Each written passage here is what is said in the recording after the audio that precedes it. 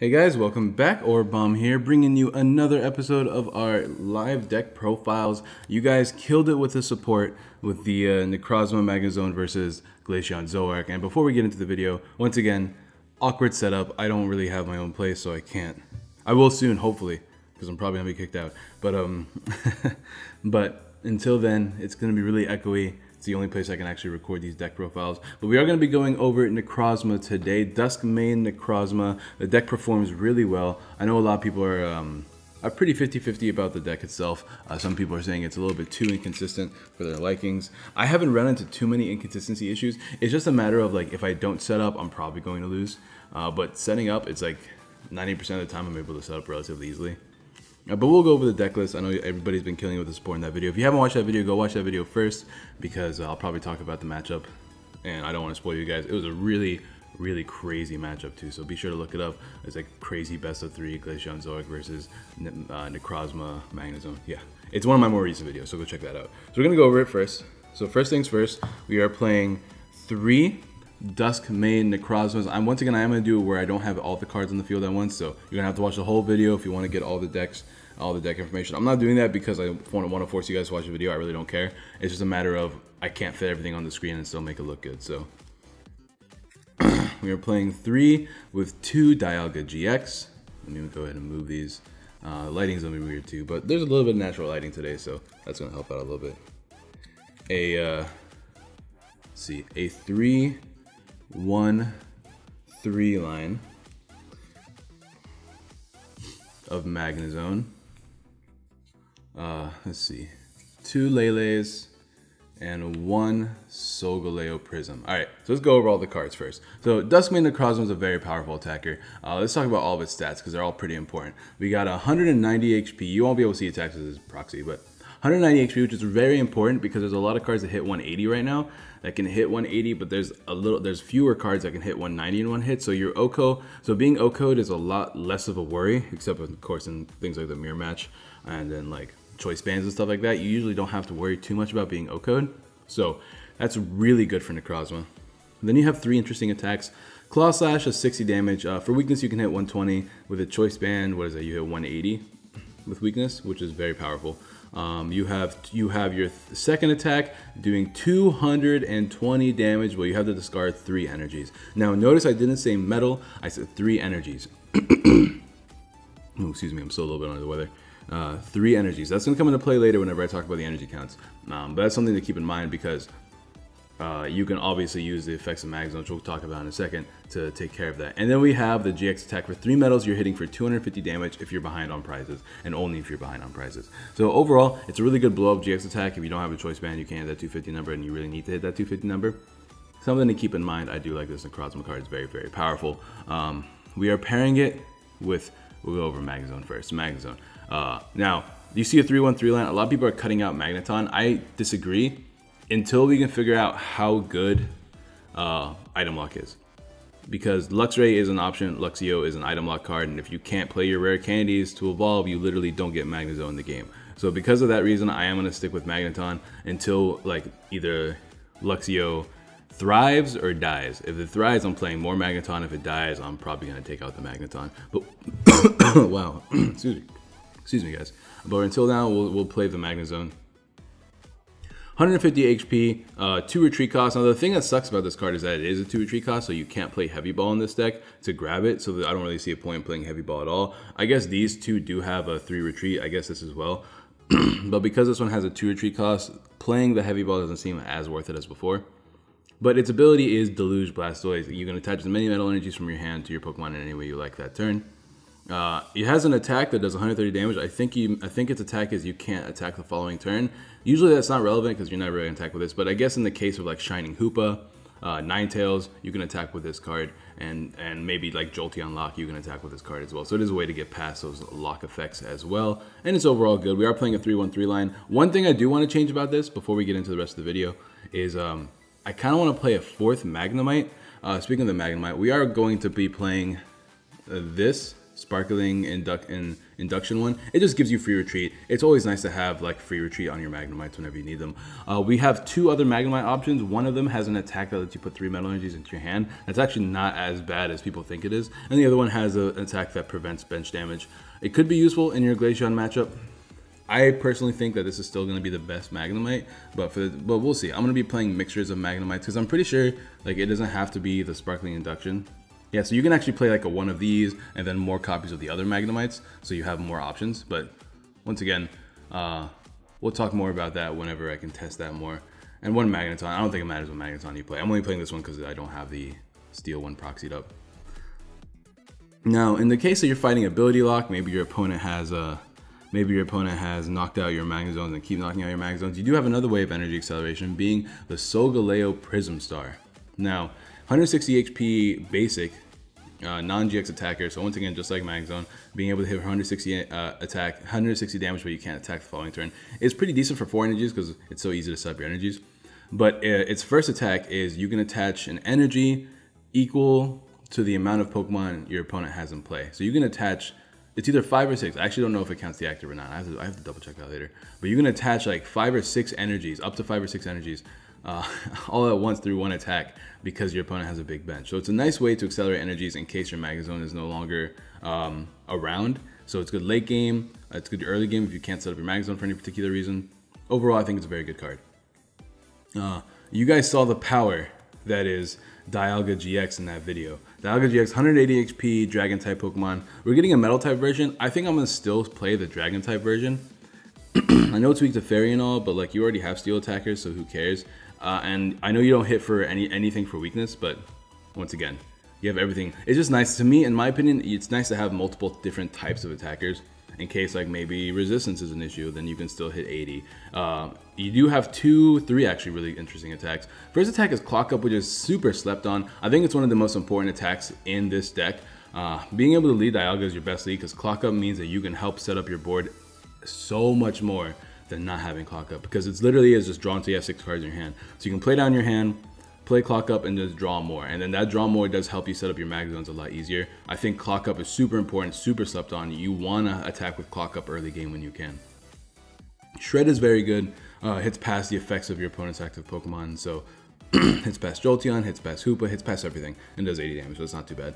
And then the MVP is the Dialga GX attack, doing 150 damage, and your opponent skips their turn. So if you can ideally take a knockout with Dialga, you put your opponent behind a lot because you're taking 2 prizes, right? And then the opponent skips their turn. They have no way to like rebuttal. They can't do anything. So then they just put something active, and then you go ahead. You probably set up a Necrozma that same turn and then take another knockout. And essentially in one big turn, you've taken 4 prizes, putting yourself super ahead in the game. I think this GX attack is crazy. If you need that extra turn of setup too, it's just there for you. Like you have so many options with Dialga GX attack, so I think it's very good. And of course we're playing 2 Lele's. We know what Lele does. I am opting to play 2 over like higher counts just because, you know, Glaceon's a thing now, and I think playing too many Lele's in a deck could prove to be fatal because they can be really clunky. With Glaceon in the format, I feel like it's a little bit scarier to play more than 2 Lele's in a deck. We'll see how good Glaceon gets. I think Glaceon's going to be very good once somebody figures out the perfect build for Glaceon. This deck is going to be amazing. Sorry for the quick cut there. But let's go over the supporters. Actually, let's go over items next. We'll go over supporters last. I am playing a nice and heavy 4 rare candies. Once again, oh, sorry about bumping the camera there. Once again, consistency is key. I'm gonna move the camera real quick. Consistency is super key. If you can get that Magnezone out as soon as you possibly can, you're in a really good position. Only 1 Professor's Letter. That's a card I want to play more of, but I can't really find the space for it right now. So 1 is better than none. It's just a nice way to get energies out of your deck, thin out your deck. You can throw them away to Sycamore if you want to, because you have the Stadium, which we'll go over later. After we do we'll do energy, stadiums, and tools all at once. But like, I think people are telling me to cut it out, but it's just been super useful. I think 1 is better than none for sure. 2 Field Blowers because Garbodor is a thing. Getting rid of your opponent's choice bands to prevent them from taking knockouts is a thing. Getting rid of Parallel Cities are a thing. There's a lot of things you want to get rid of. 4 Ultra Balls because standard consistency. and 1 Rescue Stretcher. Better than Super Rod because you do have the Stadium that gets energies back into your hand, and Stretcher's just decent overall. You can put the Magnezones back in. You can toss away some Pokemon and then put them back into your hand when you draw things like this off Sycamore. So item pretty self-explanatory. We don't have to really get too much into it. Ultra Balls are pretty good because you can toss away energies and then put them right back into your hand. If we had more better search options, I would play them. Cards I do want to throw in this deck that I haven't had a chance to like try or fit in are cards like Nest Balls, because you know, once again, this deck is very, very just like, hey, set up your board. When you set up your board, it's so hard to stop you. So Nest Balls are just good to get more Magnemites on the bench, maybe more Necrozmas, things like that. That way you don't have to rely on Bridget as much. And Oranguru. Oranguru just helps you late game. I haven't had any issues with the late game because usually I can just clock up, right? So late game I haven't been like so behind that I can just be like, oh no, I'm gonna lose this game because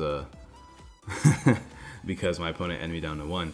I can either clock up or just like, because like I'm gonna Oko something at some point. I don't have to do any pre-damage on anything, so if I can like clock up, I'm in a pretty decent place using Dialga. Other than that, like I do play a heavy count of draw supporters, which I'll go over right now.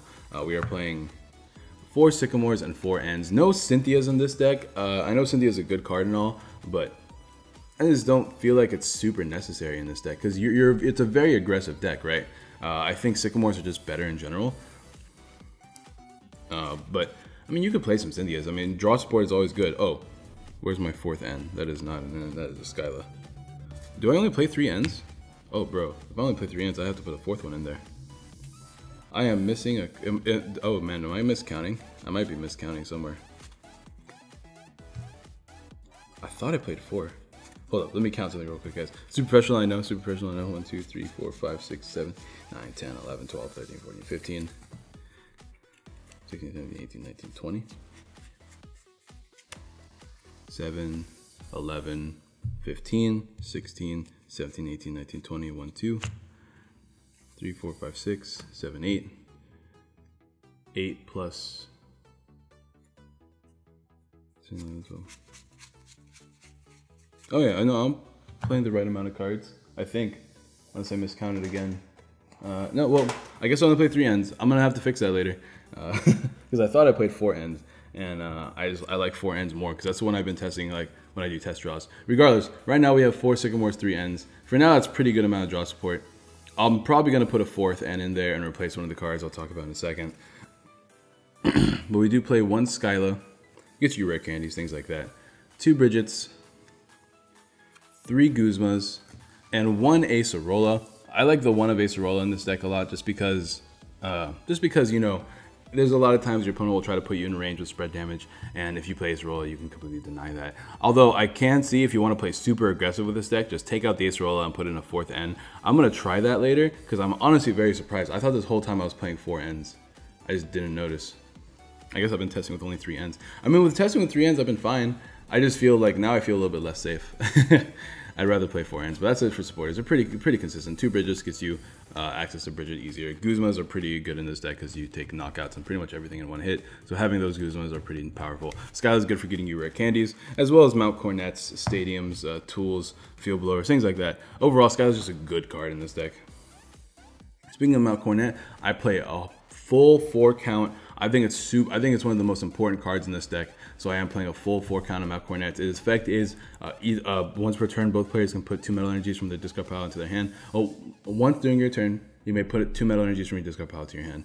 And then choice bands just help you hit that 250 number. It's not super relevant because 250 is only for specific matchups, so I'm only playing 2. I don't feel like you need to play more than 2. It's really more important for Dialga, since Dialga can hit that 180 number with choice bands attached. When you use the GX attack, which is relevant because you can knock out Lele's that way. So for that reason, you could play more. But for the time being, I'm going to be playing 2. And once again, you can always adjust numbers in this deck. This is pretty much a skeleton. I'm trying to maximize setting up consistency over like everything else, because Necrozma is such a good attacker. Being able to hit that 220 number, knocking out most Pokemon is already just really good on its own. So I'm trying my best not to rely on other things as well. But we are also playing, let's see, 1, 2, 3, 4,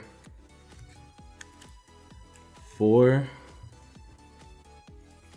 8, 9 Metal Energy, and we're playing 4 DCEs. And I know a lot of you guys are asking me, Aurabomb, why are you playing 4 DCEs? And it's very simple. We talked about it in the beginning of the video, but sorry guys, I'm so sick.